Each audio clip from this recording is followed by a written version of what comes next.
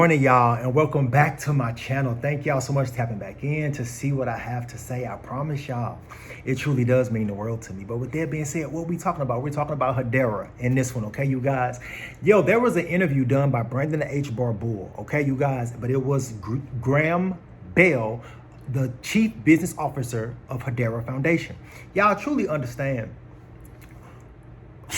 This interview is crazy. Everything that he talks about in this interview and the roadmap and different processes that Hedera already has going on, even things like ETPs and ETFs, understand truly they're cementing themselves as a brand name. They're cementing themselves as a company to be trusted and built on in the distributed ledger technology sector. And it has coupled itself with so many multinational corporations and central banks. Think about things like MTech has 6 central banks building on top of it, and they are built on top of Hedera. Like, understand truly what is being laid out right in front of our faces, you guys. I did a whole video about it. If you haven't watched it, go check those out, okay? But here we go. We're going to jump into this interview. Y'all, it's a slightly long interview, but I really want y'all to understand and see. So I'm going to break it up a few times throughout the course of this video. He talked about so much. It's mind-blowing. And to know that we are right here on the precipice of greatness. Truly, truly, truly see what these ISO gems are doing. Things like a Hedera and an XRP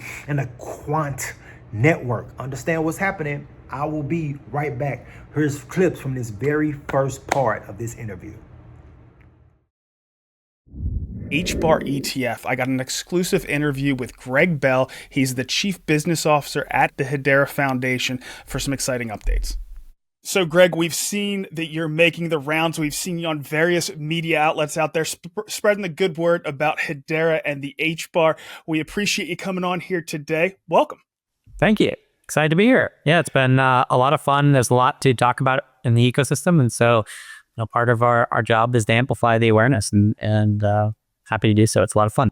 Well, hopefully we can do that a little bit today. So a couple weeks ago, Greg, just to jump right into it, the SEC requested comments from the public on the Canary Capital HBAR ETF.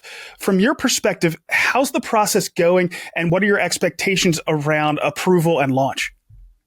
Gosh, I think the process has been one that is following a sort of well-trodden path, right? And we've all seen what that path looked like for Bitcoin. I know some of your prior, interviewees, the team from Bloomberg, right? Eric and James, who provide some fantastic updates on the overall process. But, we now have the 2 filings, the S1s, one from Canary, one from Grayscale. The 19B4 was filed back in February. And then there's been, acknowledgement of that 19B4. It sort of follows this train track. Once the acknowledgement occurs, there's a final deadline, I believe, for the Canary filing, which was the first. It's into November of this year.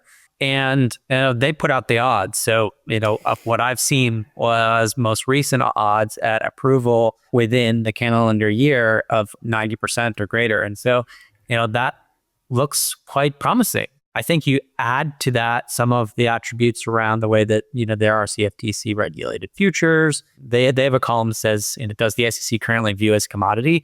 Likely yes. And so I think those are all leading in the right direction. And then we saw, January 6th, VanEck, 21 shares in Canary, they jointly sent a letter to the SEC. It was sent to, Chairman Paul Atkins.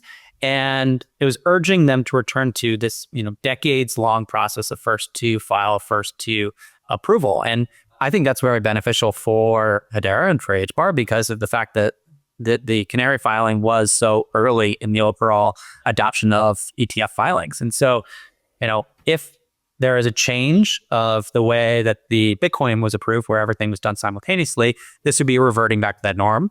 That letter was signed by John VanEck, by the CEO of VanEck, by Stephen McClurg, the CEO of Canary, and by Duncan Muir, president of 21 Shares. And of course, Duncan was previously at Aberdeen, so one of the governing council members and knows the Hedera ecosystem better than most. I think it's really promising and exciting, and there's increased momentum. So I'm pretty optimistic. Yeah, we heard great things from Duncan about how there is people asking about the HBAR ETF, and that's why they actually moved forward with bringing that to market.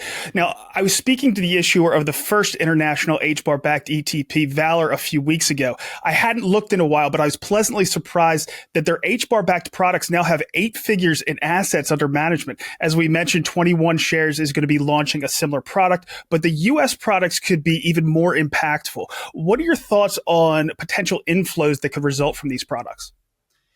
I mean, Valor was a true pioneer in the space in terms of finding the geographic locations throughout the world that were able to onboard ETPs and did so very, very early. And they did so on a regional exchange that maybe is lesser known. And so, they've been growing, which is fantastic, of course, to see. I think there's going to be more and more regional distribution channels of various securities markets and exchanges.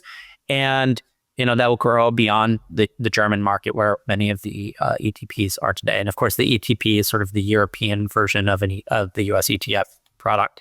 And so I would expect to see cross listings. I'd expect to see these assets become available in some of the jurisdictions that just are harder to gain access to, or those that simply can't access US markets or European markets. And so in the Middle East, in Dubai, and pockets in Latam and Asia and throughout Europe. And so there is certainly opportunity to speak to captivated smaller markets.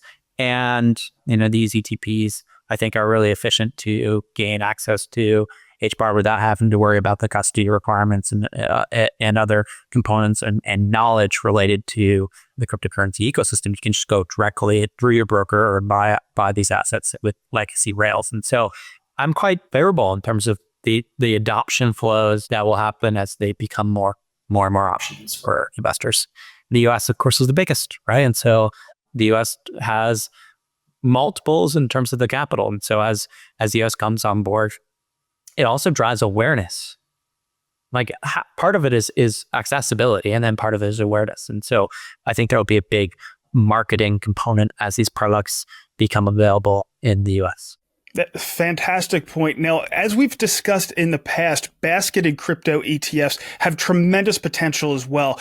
And with HBAR being considered what they say a US crypto, because there's a lot of our entities that are focused here, we're also a top 25 token, we're a layer 1. And with this likely standalone ETF, it would seem to be primed to be included in many of these indexed products. What are your thoughts on the potential impact of these basketed type ETFs? Well, it's already, to your point, it's already included in these basket type products in the crypto space. Mm-hmm. And so there's no reason to believe that there won't be, a Hedera inclusion within ETFs as the basket products come to market. And I do think they're compelling, right? I mean, the percentage of the overall market that utilizes ETFs for tracking bond indices, the S&P 500 or the NASDAQ 100 is significant. Last I checked is something around 15% of the market, I think, is through these.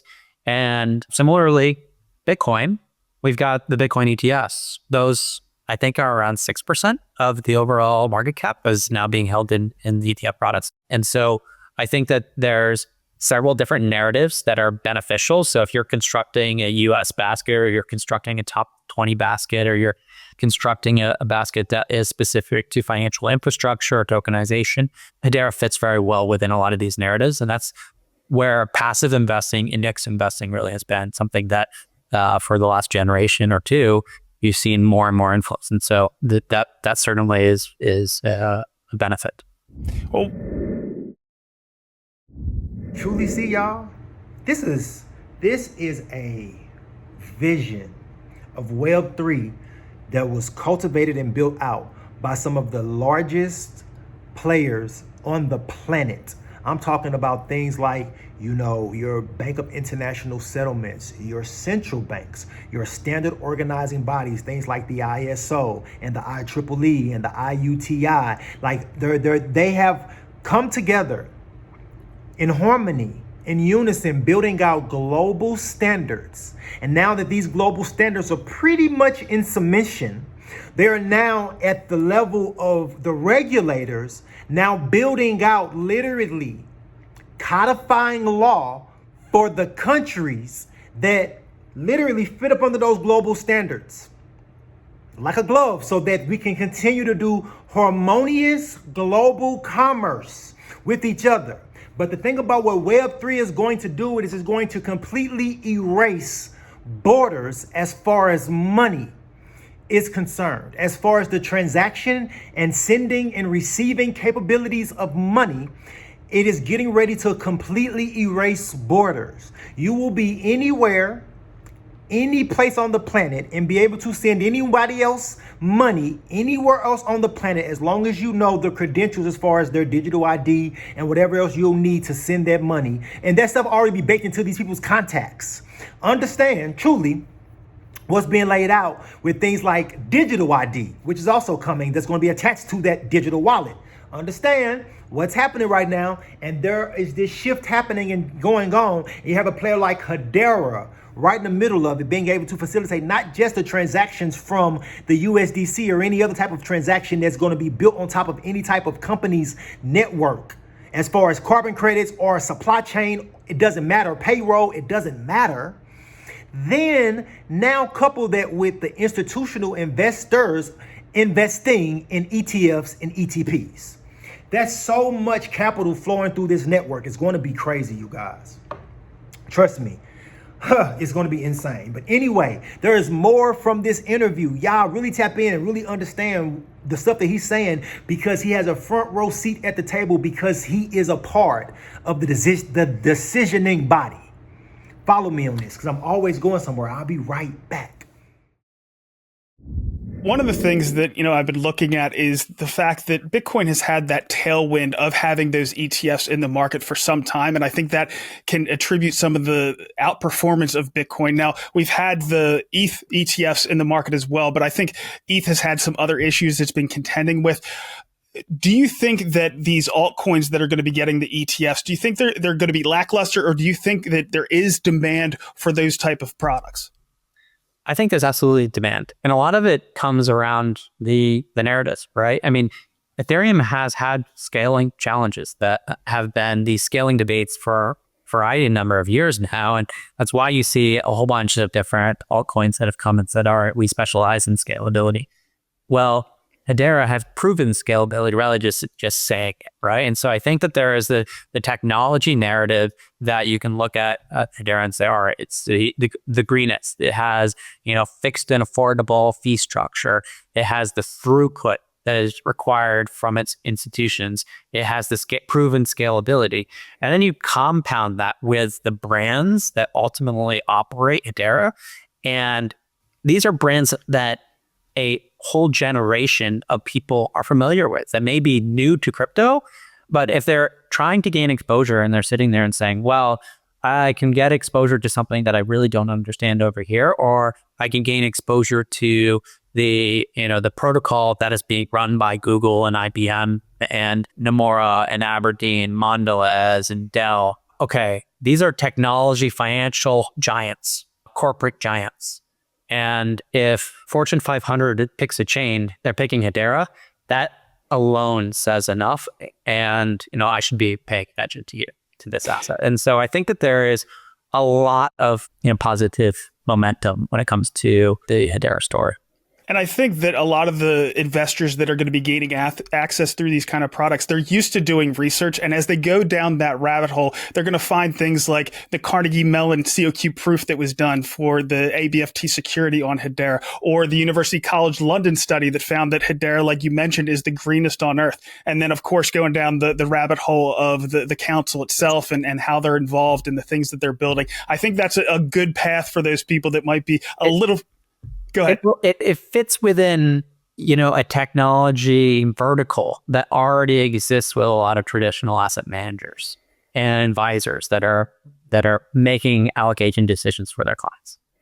Well said, and well covered. So now, as you're hearing directly from his mouth, y'all, is so much in the ecosystem of Hedera happening, and it's happening on the highest levels you can possibly think of, because it's governments and it's central banks, you guys, and it's literally people that send and money globally. This is why the Hedera Governing Council is a global governing council built out by multinational corporations, banks, and any other type of juggernaut like a Google and a LG and a Mondelez International and the Arrow and the Nairobi's Security Exchange. We're talking huge players in whatever the industry that they play in. Now all coming together, converging on the brand name of Hedera. Understand what's truly being laid out. But here is more from that interview, you guys. I'll be right back.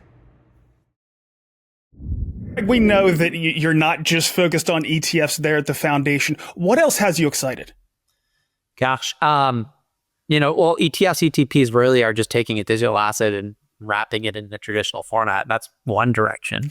The other direction is tokenization, taking securities and bringing them on chain. And that is an area that there is massive growth. If you believe, as I do, the way Larry Fink is saying, everything in the world is going to be tokenized from a financial products perspective.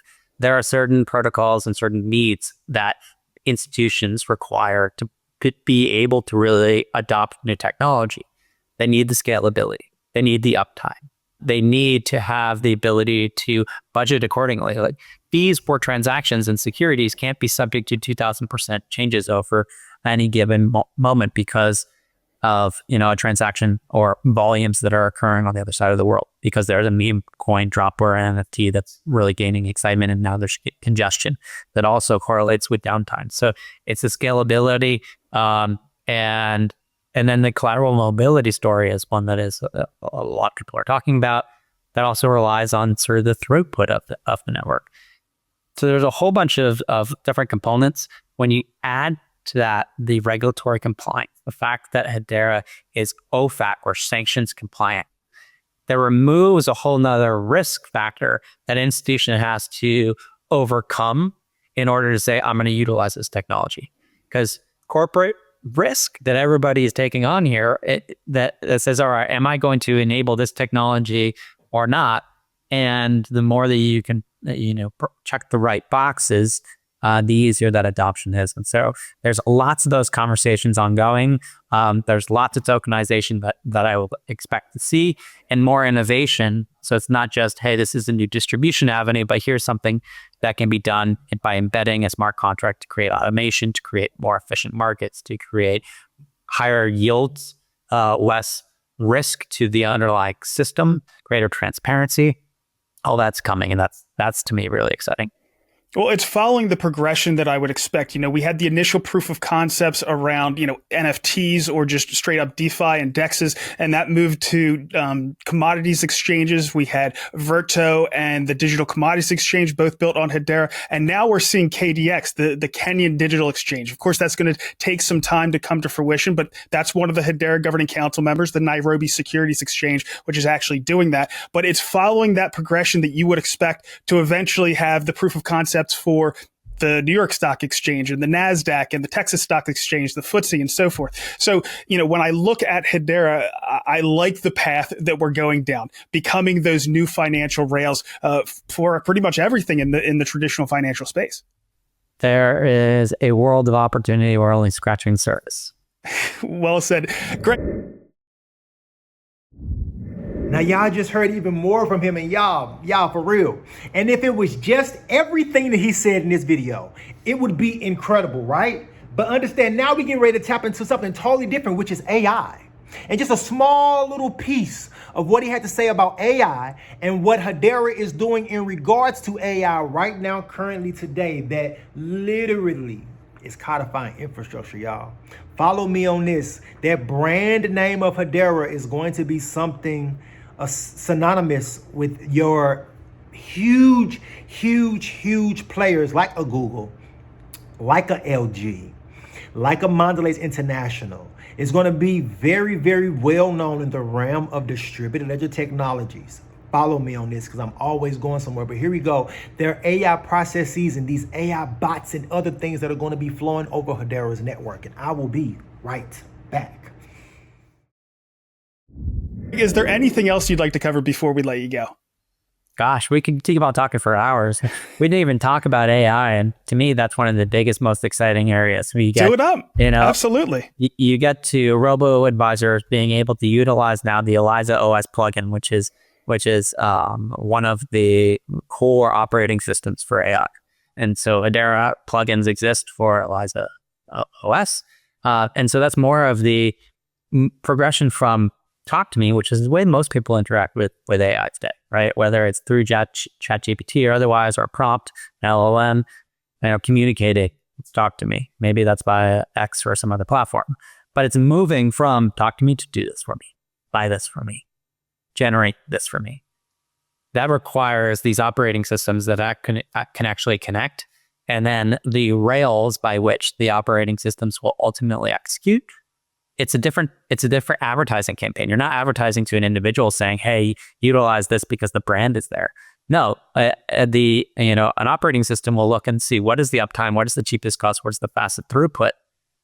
Though that's a ground of a battle that Hedera will perform extremely well on, all those metrics. So it's exciting.